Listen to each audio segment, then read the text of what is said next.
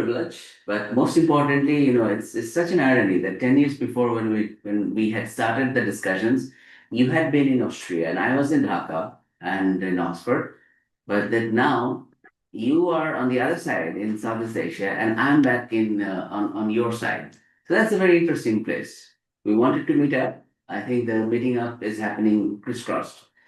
Today, I'm here from Bangladesh, of course, but I believe that the ideas that we are going to pitch here is not entirely a Bangladeshi set of ideas, rather it's based on last 7 years of observations in the Asia Berlin Summit, and also the things that we had been working on, the MVIEs, the fluid organisms, the algorithmic development states, a few other things, a few other things that we have been discussing. But more than that, we'd like to probably set the priorities straight for Munich and Berlin to take the lead.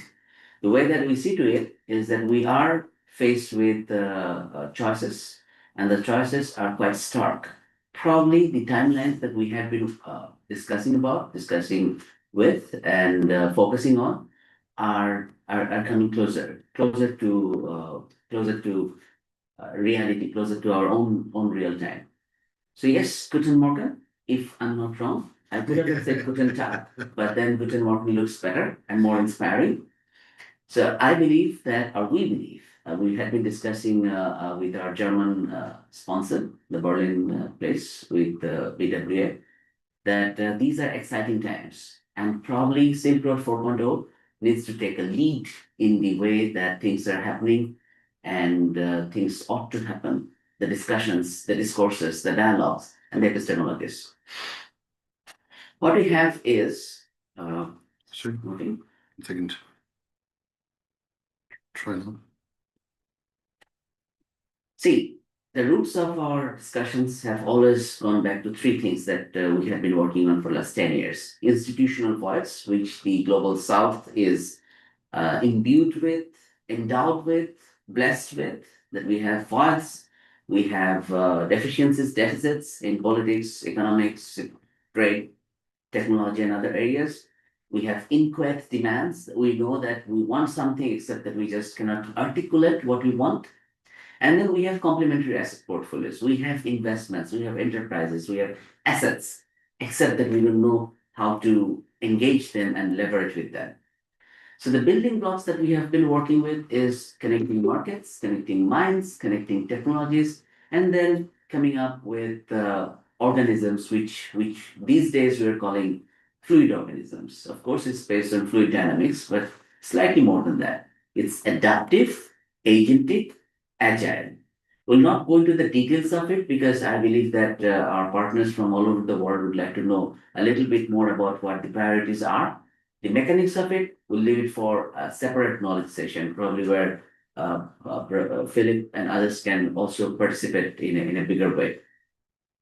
These are things which we have been experimenting with. But now what we have seen is that the frontier technologies, earlier, 10 years before, 15 years before, the set of frontier technologies had been slightly different. AI, of course, it's been there. It's been in our mind, on the papers, everywhere. Of course, AI. Quantum, this year is the year of the quantum in the UN. There's also photonics.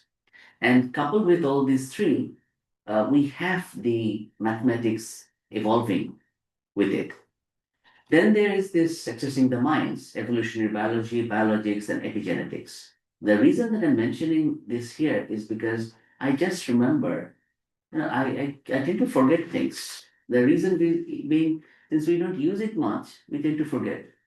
I and my wing is connected to 15,000 students, medical students in Bangladesh. Imagine 15,000 fresh, young medical students, top of the line, and with all their medical colleges. How much of research and development is at stake? How much could be leveraged by anyone? And trust me, not a single one of them is connected to any organization outside anywhere, except for, of course, exchange students. So the accessing the history of time is probably where the next research would be, accessing the DNAs, accessing protein folds, accessing biosynthetics. These are the issues that that probably will be coming up together. That's how we see to it. I'm just giving you a glimpse of what we're dealing with. Use cases. we have certain use cases in innovation. One of them is, see, whenever that someone says that we'd like to do something bigger, and we'd like to make things better, the first question is who's going to finance it? Where the money is coming from? Our idea is the global commons and the public space of services, goods, it's an uncharted territory. It's an unforeseen blue ocean area where we have whole host of wealth, income, and value generation possibilities. It's just not only fiat currencies, but also the value and the income that you can generate out of it. So what we have is we'll share the papers with you, a dual core equity and finance model for impact, equity-backed tourism, not only tourism per se, but also probably global movements are also part of this, distributed learning and connected research, and maybe shortening the time that is needed for a child to become fully functional in the society, in the industrial community. And one thing, the last one is algorithmic developmental state.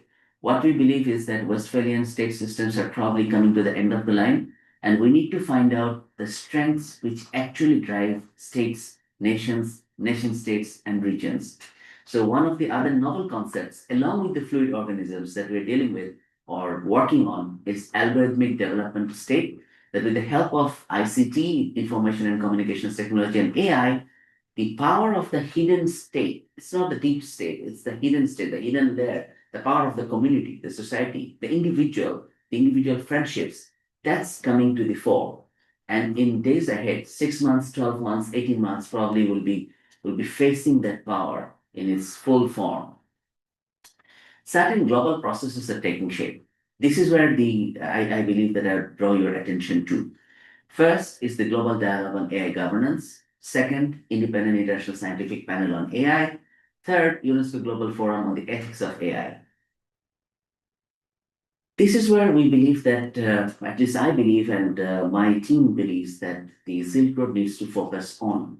I believe that we have entrepreneurial spirit teaming in across the Silk Road domain, the entire spectrum of it. But this needs to translate into global processes which are deployed in the UN, in the World Bank, in the IMF, and also amongst the G7 countries, G8 countries also, maybe the GCC, and that the epistemology with which these powerful identities are working probably need to take cognizance of what's happening, what is at stake. Particularly for me, who's coming from the bottom of pyramid markets, for the base of pyramid markets, these are the issues which relate to me, which bother me, that is not being addressed. Advancing equity and capacity building, transparency and human oversight, openness and interoperability. These are issues which we believe that that's a win-win situation, win-win place where all of us can win, but somehow or the other, it's not getting reflected in the global processes which are there. And I believe that if Silk Road could raise a voice, then the state parties, see, global south is how many countries? More than 80, 85 countries, or maybe 100 countries, or not only the ADCs, but also the developing countries. So the whole of Africa almost, the whole of South Asia almost, the whole of East Asia almost, half of it at least, maybe the half of East Europe, maybe the entirety of South America, maybe half of North America. So literally the whole of the world is in that bucket, except that this articulation is not taking place. So markets, enterprises, technologies, processes are not getting connected to the majority identity of the human individual. That's where we want Silk Road to focus in. Not only the entrepreneurial part, that's very good, that's an important part, but then translate part of the energy into these priorities. The next is the global AI discourses, because we believe the hypothesis is in next 6, 12, 18 months of time, major breakthroughs will come up in artificial intelligence. See, still now what we have is maybe we have some agents, but artificial intelligence is based on language models. Language models are as they are, it's language models. So it's basically spatial dispersion of languages, tokens, and then you come up with solutions. This is okay. This helps us short circuit some of our more mundane research processes, but it's not very encouraging for real foundational research. It helps, but it doesn't really lead. But artificial intelligence is basically real intelligence, which is coming.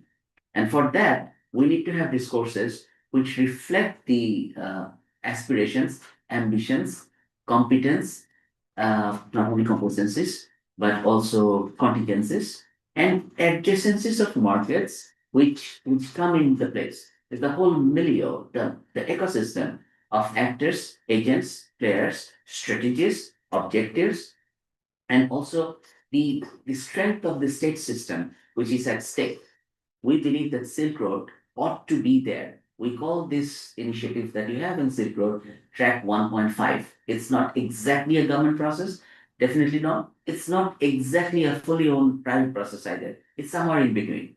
Like I'm a sitting ambassador or a director general, the chief innovation officer of a government, but I'm here, very much here, at heart. Why? Because we have faith and belief in the system that we have put in place. The discussions that we had 10 years before is now taking shape, is around us. Imagine if this discussion could transcend. And that's what probably, Philip, your wisdom paper series is something that fascinates me. So AI for Good Global Summit, World Summit on Information Society, which is this month, December. Internet Governance Forum and Global AI Governance Dialogue. These are the four particular UN-led agencies and bodies where I want the Silk Road to make a presence and felt, make its presence felt. Global Industry Connect, NVIDIA's World Summit AI, AI Summit London, Global AI Show in the Middle East, Abu Dhabi. These are areas where I would also like to see Silk Road or at least its allied organizations make a stand, take a stand, and convey this message. You see, I'm not here speaking only for Bangladesh because we have friends from other parts of the world who wanted us to speak about this. And slowly this process is becoming a multilateral, multinational, transcultural priority. The priorities in these areas, both in the AI dialogues and also in the industry connect, is universal connectivity and digital inclusion. That's on top of the list. Ethical AI and sustainability for development, multi-stakeholder collaboration and representation. I'll add one more to it, which is a market focus. That we need to understand what the markets are. Not only the factor markets, not only the consumer markets, but also the interactions between and amongst the markets. I was having a discussion with our Berlin sponsor, the Berlin host, and I was just thinking that what if I could connect 100,000 of my SMEs, which is just maybe nowhere because we have 6 to 7 million of SMEs in Bangladesh. If you could connect just 100,000 of them to BWA, how many weak, weak signal connections would be made in just 1 year's time? How many strong signals would be made? Because most of these SMEs are connected to the global markets. Digital divides must close. Let people survive, thrive, and then grow together. This is a wonderful word. And we are absolutely on the precipice of time. WS priorities, I'll just focus on this and then information and communication infrastructure, access to information and knowledge, particularly multilingual digital public goods. These things need to be focused on. What I see, particularly in the revision 1 and revision 2 is coming up for table discussions. I would like to see that Silk Road and its member and allied countries take an interest in WSIO's priorities and see if these issues can be focused on, if their respective governments, and also civil society bodies could look into these areas. See, uh, Sorry. C4, the capacity building and building confidence. This is also an area, these are also areas where we need to work on. We believe that WSIS, the process, the World Information Society process, which the summit is coming up in the middle of December, needs to take into account because these are, see, WSIS is there for last 20 years. But this year's WSIS is very important because these 2 years, the next 2 years, will oversee massive foundational transformations in the way technology, particularly artificial intelligence, information and communication technology is perceived, conceived, and augmented, leveraged by anyone and everyone in the world. And if we're speaking about World Information Society, then the countries, the states, everyone has a stake there. but I still don't see much interest from people who should have had some interest. At least that's what I believe. As a developing nation, I want to see that other developing nations and also the developed states have taken interest in the processes which is going there. Don't just make it another diplomatic instrument which no one reads. It's a 120 or 150 paragraph document which no one reads. Make it something which is aspirational and ambitious. But more than that, one of the other reasons that I'm looking at it, particularly this WSIs, is because this will feed into the LLMs.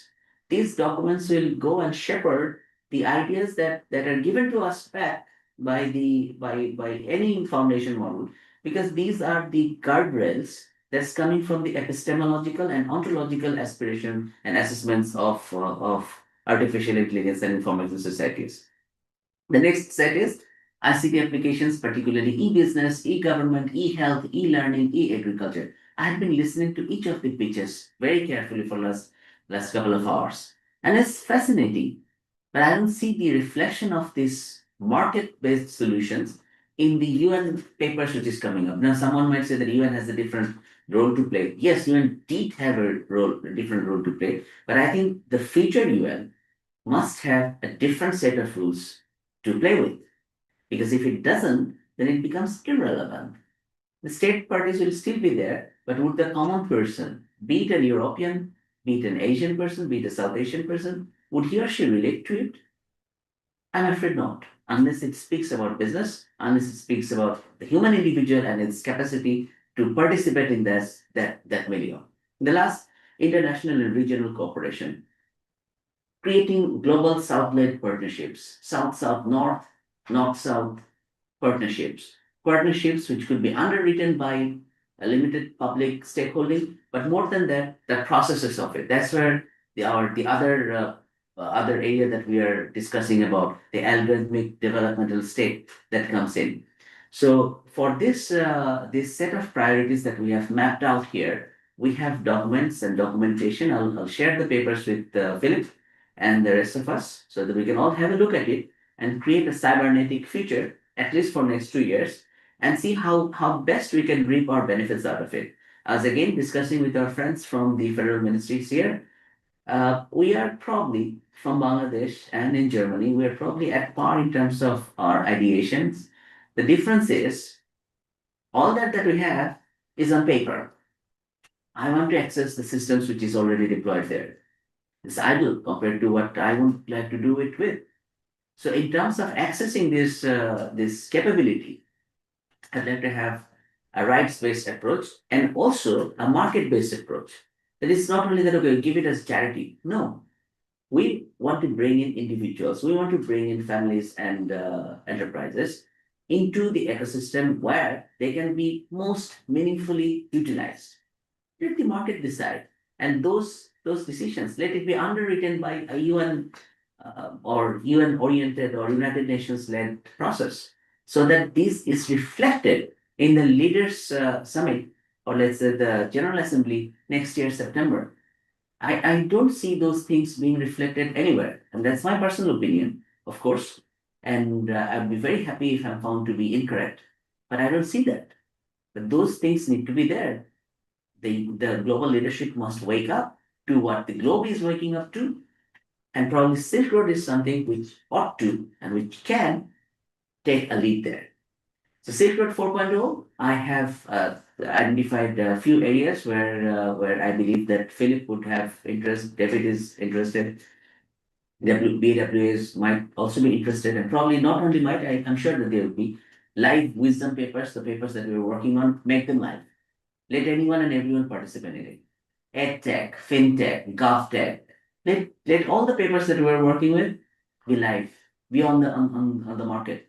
Let people participate, communicate, and then intervene as they own, so that the technology which will be coming out of it would be shared, would be staked by individuals on their own.